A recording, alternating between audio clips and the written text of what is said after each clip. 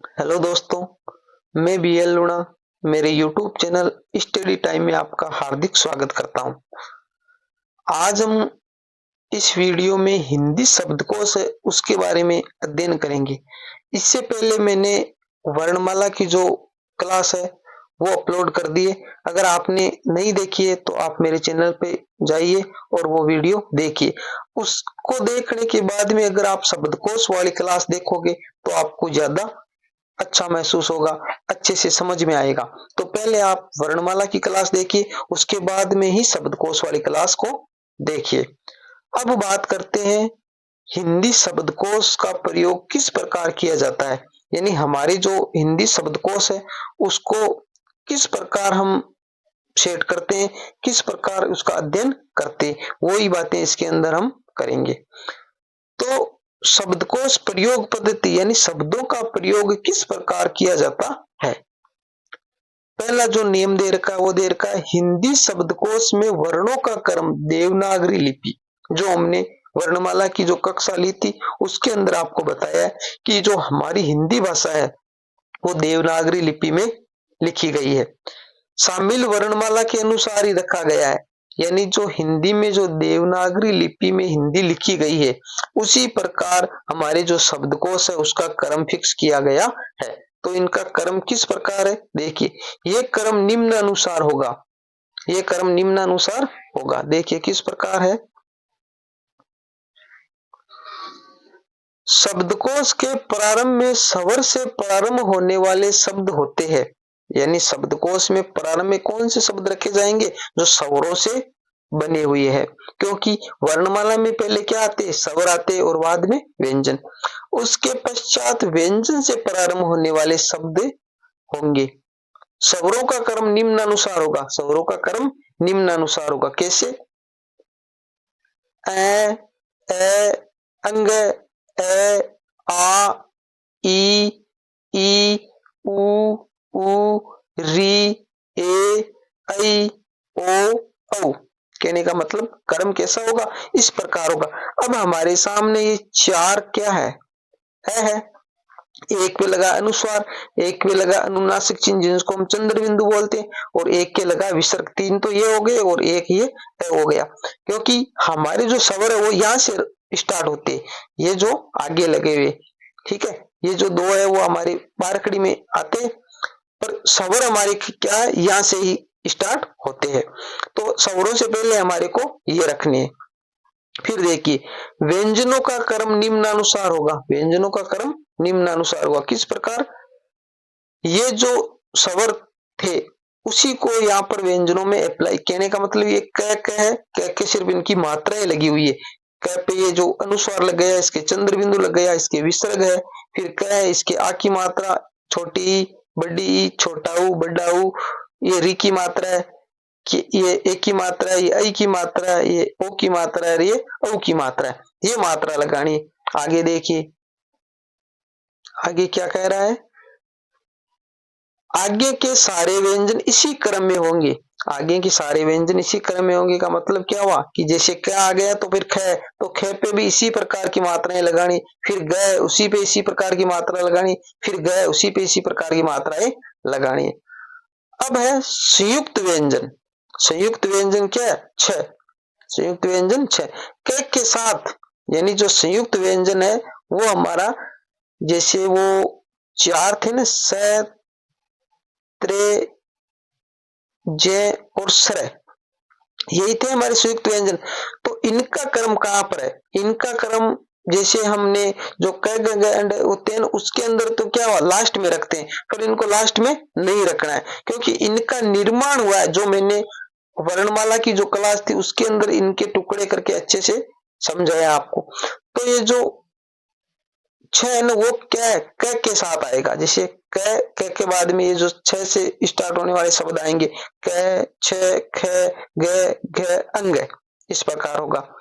फिर जो त्र है ना वो त के साथ होगा, त्र है वो त के साथ होगा। कैसे, जैसे त, त्र, थ, द, ध और न।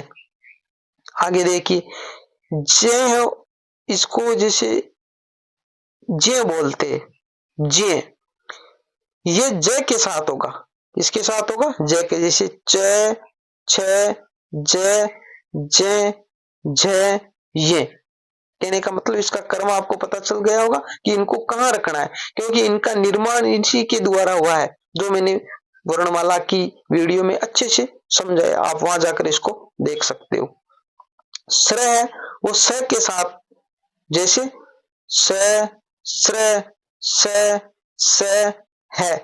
इसको हम आम भाषा में स ही बोलते हैं, पर ये क्या है? तालव्य स है, ये मूर्धन्य स है, और ये दंत्य स है, और ये काकल्य है।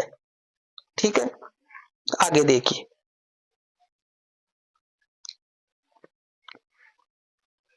स्वर रहित शब्द, व्यंजन से प्रारंभ होने वाले शब्द उस व्यंजन में इस्तेमाल होने वाले सभी स्वरों के बाद में रखे जाते। जैसे, यानी ये कह रहा है कि जो स्वर से रहित है, जैसे ये क, इसके क्या लगा है? हलंत लगा है।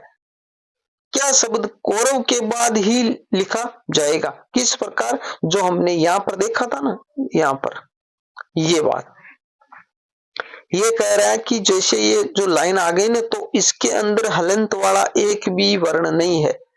अब जो ये क है, इसको कहाँ रखेंगे भाई? ये क है आधा, जैसे वो क्या शब्द था ना, तो उसको कहाँ रखेंगे? तो ये जो क्या शब्द है ना, तो इसको क को इन सभी के लास्ट में रखना है। अगर ख हलंत वाला है, ख हलंत वाला है, तो भी ख वाली लाइन के लास्ट में, यानी जो आधा शब्द है जिसमें स्वर नहीं है, उसको इन सभी के अंत में रखना है। जिस लाइन में हो वो, क वाला है तो क के अंत में रखना है, ख वाला है तो ख के अंत में, ग का है तो ग के अंत में। ये बात यहाँ पर कही गई है, ये बात भी यहाँ पर कही गई है। यदि प्रथम वर्ण पर दो भिन्न भिन्न शब्दों में अनुस्वार व चंद्र बिंदु का प्रयोग हुआ हो, तो दूसरे वर्ण को आधार मानकर प्रयोग करेंगे। यह कह रहा है कि दो भिन्न भिन्न शब्दों में दो भिन्न भिन्न शब्द कौन से? जैसे एक तो हो गया अंधकार, एक अंधेरा, दो अलग अलग शब्द है। एक अंधकार है और एक अंधेरा है। तो अब एक पे तो लगा हुआ है हमारे अनुस्वार, और एक पे लगा अनुनासिक चिन्ह, जिसको चंद्र बिंदु बोलते हैं। अब ये कह रहा है कि इनमें से हमें कौन सा शब्द पहले रखना है? तो ये कह रहा है कि हो तो दूसरे वर्ण को आधार मानकर यहाँ पर इस पहले वर्ण को छोड़ देना है। जैसे यहाँ पर तो ए के विसर्ग, सॉरी वो अनुस्वार, और यहाँ पर इसके है चंद्र बिंदु अनुनासिक चिन्ह। तो ये कह रहा है इन दोनों शब्दों को यहाँ पर हमें छोड़ देना है। हमारे को आना है दूसरे शब्द। दूसरा कौन सा? यहाँ पर तो ध है और यहाँ पर दे है। तो इसमें ध में तो क्या है? ए की मात्रा है, और इसमें क्या है? एक की मात्रा है। तो इसके आधार पर हमें निर्धारित करना। अब देखिए, ए पहले आता है या ए पहले आता है? तो ए पहले आता है, तो इसका मतलब है अंधकार शब्द है वो पहले आएगा, और अंधेरा शब्द है वो बाद में आएगा। समझ में आया होगा। अगर आपको वीडियो अच्छी लगती है तो आप वीडियो को लाइक करें, मेरे चैनल को सब्सक्राइब करें, और ज्यादा से ज्यादा वीडियो को शेयर करें। चलो आगे चलते हैं।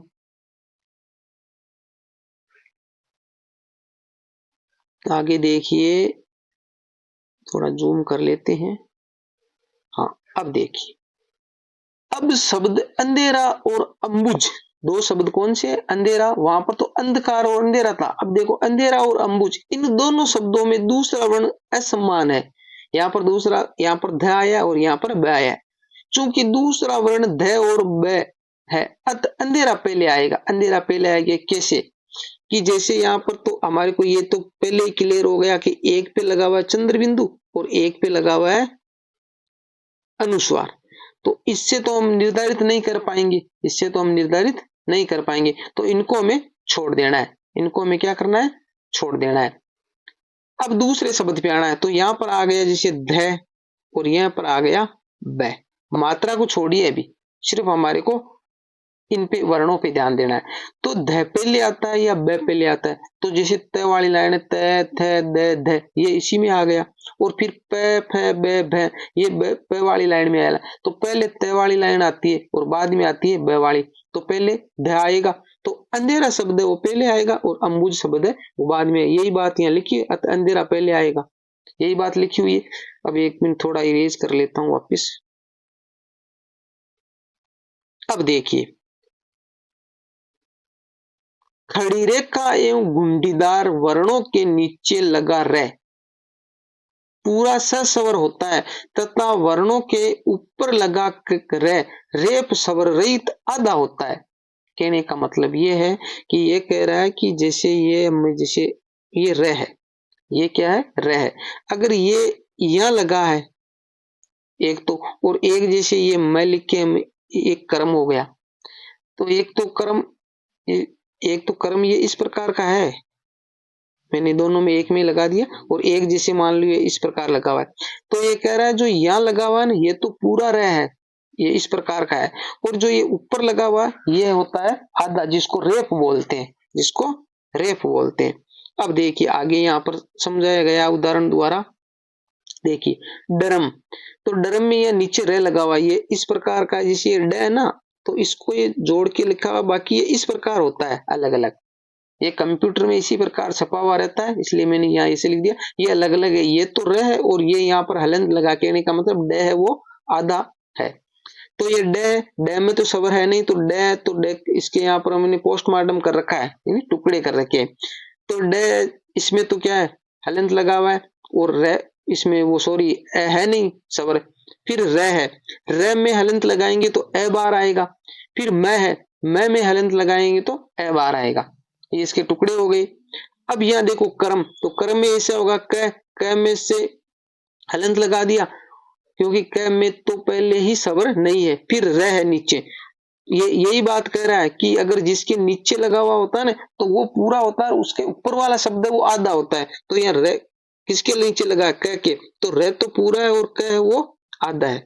फिर रे में से ए बार आ गया, फिर मैं में से ए बार आ गया, फिर ये वर्ग देखिए, इसके ऊपर रे लगा हुआ है, इसके ऊपर रे लगा हुआ है, तो वह में से ए बार आ गया, और फिर रे है, रे में से क्या बार आएगा, रे में ए है ही नहीं, क्योंकि ऊपर लगा इसलिए इसके सिर्फ हलंत लगेगा, ये पहले से ही स्वर रहित है, फिर ग में से ए बार आएगा, इस प्रकार इसके टुकड़े होते हैं। समझ में आया होगा आपको। अगर किसी भी प्रकार का आपको डाउट रह जाता है तो आप कमेंट बॉक्स में छोड़ सकते हो, मैं उसका रिप्लाई आपको जरूर दूंगा। चलो बात करते हैं आगे।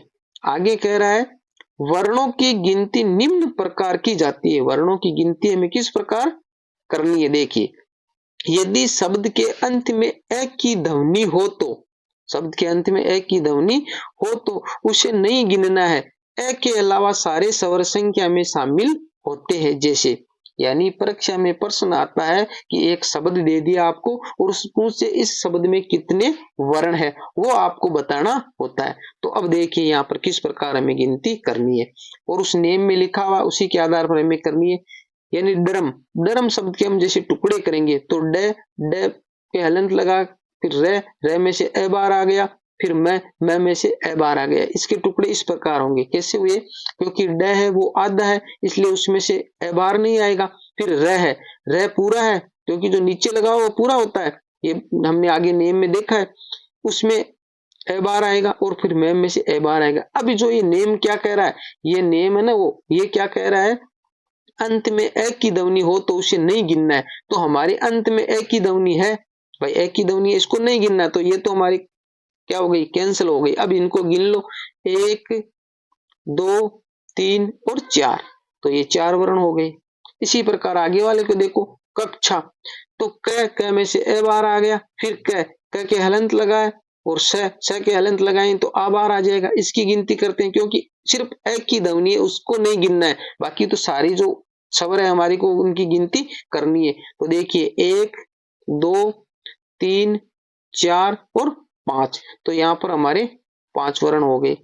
आगे देखिए क्षत्रिय, आगे क्या है, क्षत्रिय, तो ये क्षत्रिय में क है, क के हलंत लगाए, स के हलंत लगाएंगे तो ए बार आएगा, फिर त के हलंत है और र के हलंत लगाएंगे तो ई बार आएगा, क्योंकि यहाँ पर ई की मात्रा है, और ये में से ए बार आ गया। तो अब ये ए, इसको तो कैंसिल करना है क्योंकि लास्ट में अगर ए की मात्रा है, अंत में ए की मात्रा है, तो उसको हमें नहीं गिनना है।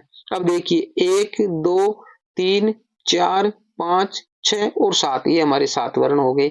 इसी प्रकार इनकी गिनती करनी है हमें। बिल्कुल सरल है और मैंने अच्छे से समझाने की कोशिश की है कि आपको एक बार ये वीडियो देखने के बाद में अगर आप अच्छे से समझ जाते हो तो आपको दूसरी वीडियो देखने की जरूरत नहीं पड़ेगी। आगे देखिए, आगे दे रखा है, शब्दों के क्रम का चुनाव करने से पहले उनका वर्ग विश्लेषण कर लेना चाहिए। यानी हमें उनका वर्गों का विश्लेषण कर लेना चाहिए कि किस प्रकार हमें उसे सेट करना है। यानी पहले कौन सा शब्द आएगा और बाद में कौन सा शब्द आएगा। यहाँ पर देखो मैंने 4 शब्द लिए, एक लिया कमल, एक कंचन, एक कंबल और एक कंगन। अब इनमें से पहले कौन सा आएगा बाद में कौन सा आएगा वो हम किस प्रकार निर्धारित करेंगे। तो पहले तो हम इसके टुकड़े कर लेते हैं। जैसे क है, क में से ए बार आ गया, म में हलंत लगने से ए बार आ गया और ल में हलंत लगने से ए बार आ गया। ये कमल के टुकड़े हो गए। फिर कंचन के टुकड़े करेंगे तो क में से ए बार आ गया, ठीक है। अब ये क में से ए बार आ गया और ए के ऊपर क्या लगा हुआ है, अनुस्वार लगा है, तो ये अनुस्वार का ये है ये। फिर च में से ए बार आ गया, न में से ए बार आ गया, इनके हलंत लगे, इनके बारे में बताऊंगा अभी।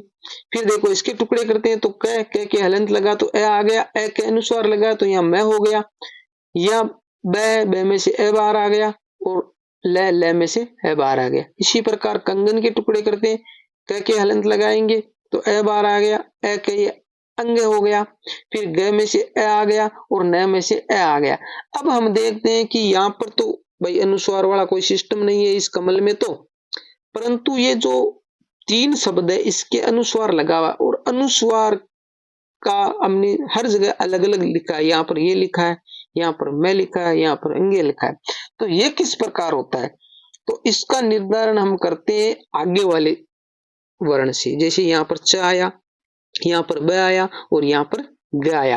तो जिस वर्ग में आया है उसके वो जो लास्ट वाला शब्द है, जैसे हमने यहाँ पर एक उदाहरण हम जैसे क है, ख है, ग, घ और अंग, ये जो हमारे 5 है ना, तो अब देखो ये जो ये हमने अंग लिया है ना, इसका मतलब है कि आगे जैसे ग आया है तो ग के लास्ट में क्या है ये, तो अनुस्वार की जगह ये आएगा, क्योंकि अंग ये ण और न और मैं, इन 5 की जगह हम अनुस्वार का प्रयोग कर सकते हैं।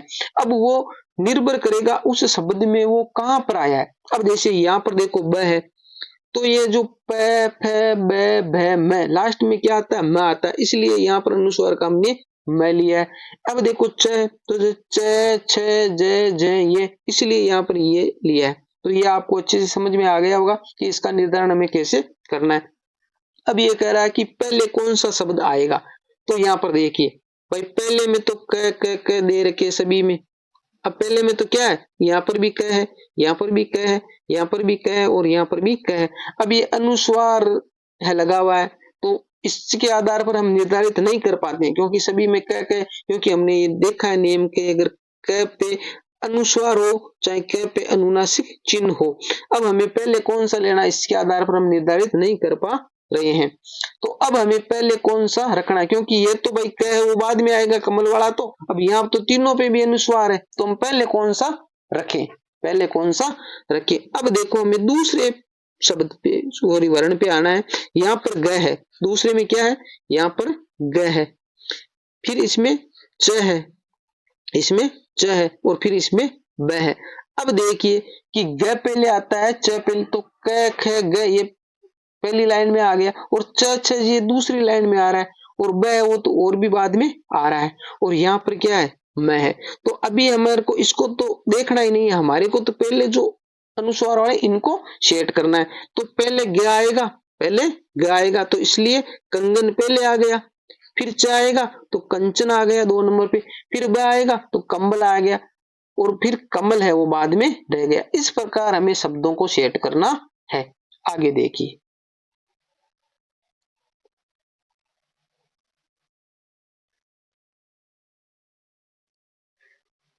आगे देखो ये जो मैंने एक उदाहरण और लिया है इसमें किस प्रकार सेट करना है। जैसे कृषि, केला, आम, और आज।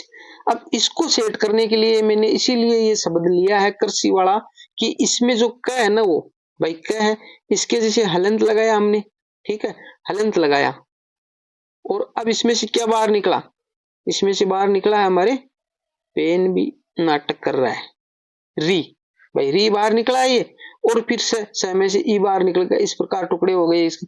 इस केला के टुकड़े करेंगे तो कह के हलंत लगाते एक ही मात्रा बाहर आ गई, फिर ल के हलंत लगाते आ की मात्रा बाहर आ गई। फिर आम, तो आम में आ, और भाई आ तो आई है, फिर मैं में से ए बाहर निकल गया।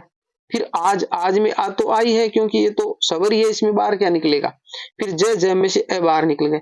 अब हमें इसमें निर्धारित करना है कि कौन सा शब्द पहले आएगा। तो अब देखिए कि भाई ये दो शब्द है, इसको तो पहले छोड़िए क्योंकि हमारे सामने दो शब्द ये है जो स्वरों से स्टार्ट हो रखे, स्वरों से स्टार्ट हो रखे, और हमें जो शब्दकोश में पहला नियम यही दे रखा है कि स्वरों से शुरू होने वाले शब्द पहले आएंगे। तो अब हम आम और आज इन दो को तो साइड कर दीजिए, इन दो को तो साइड कर दिए, हमें आज और आम में देखना है। अब यहाँ पर पहले शब्द में तो आ है, पहले शब्द में तो आ है, तो इससे हम निर्धारित नहीं कर पा रहे हैं कि आज पहले आएगा या आम पहले आएगा। अब हमें दूसरे शब्द पे देखना है, तो दूसरा शब्द एक में तो ज है और एक में मैं। अब हमें निर्धारित करने में आसानी हो गई क्योंकि जो हम कहेंगे बोलते हैं तो ज पहले आता है और मैं बाद में आता है, तो इसलिए आज पहले आएगा और आम बाद में आएगा। अब बात आती है कृषि और केला में, भाई कृषि पहले आएगा और या केला पहले आएगा। तो यहाँ पर जैसे कह दे रखा है, ठीक है, यहाँ पर कह दे रखा है, हो गया। अब यहाँ पर दे रखा है भाई क में से तो री बार आ गया और क में से ए बार आ गया, जो भाई क के तो हलंत वाले हो गए दोनों, भाई इन पे तो हम निर्धारित नहीं कर पाएंगे। अब हम आगे बढ़ते हैं, आगे बढ़ते हैं, तो यहाँ पर री आ रहा है और यहाँ पर ए आ रहा है। अब जो हम वो हमारी जो स्वर वाली थी ना, कौन कौन से, ए आ ई उ उ और री, फिर ए, फिर ऐ, और फिर ओ, और फिर औ, यही थे हमारे।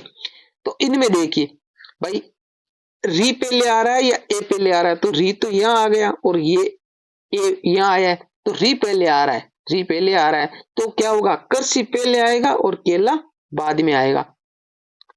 तो ये हमारी क्लास थी आज शब्दकोश की। उम्मीद करता हूँ आपको समझ में आई होगी। अगर आपको समझ में आई है तो सब्सक्राइब करें मेरे चैनल को, वीडियो को लाइक करें, ज्यादा से ज्यादा शेयर करें। मिलते हैं अगली वीडियो में, तब तक के लिए जय भीम, जय भारत।